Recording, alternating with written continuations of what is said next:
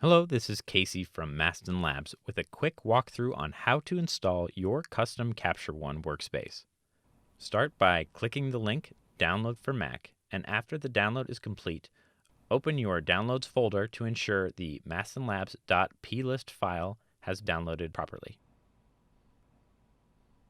Next, copy the folder path listed in Step 4 of the walkthrough and navigate back to your Finder window. Press Command-Shift-G to open the Go To Folder dialog box and paste that path within.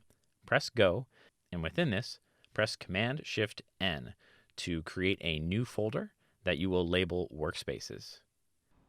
Click the back arrow in Finder, which will bring you back to your Downloads folder.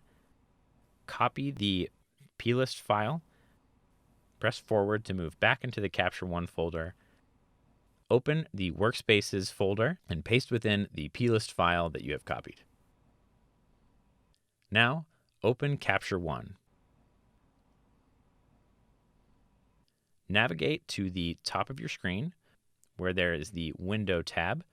Move down to Workspace and find the Mastin Labs option at the bottom. In the top right of your Tool tab bar, you will see a circle with the number 1.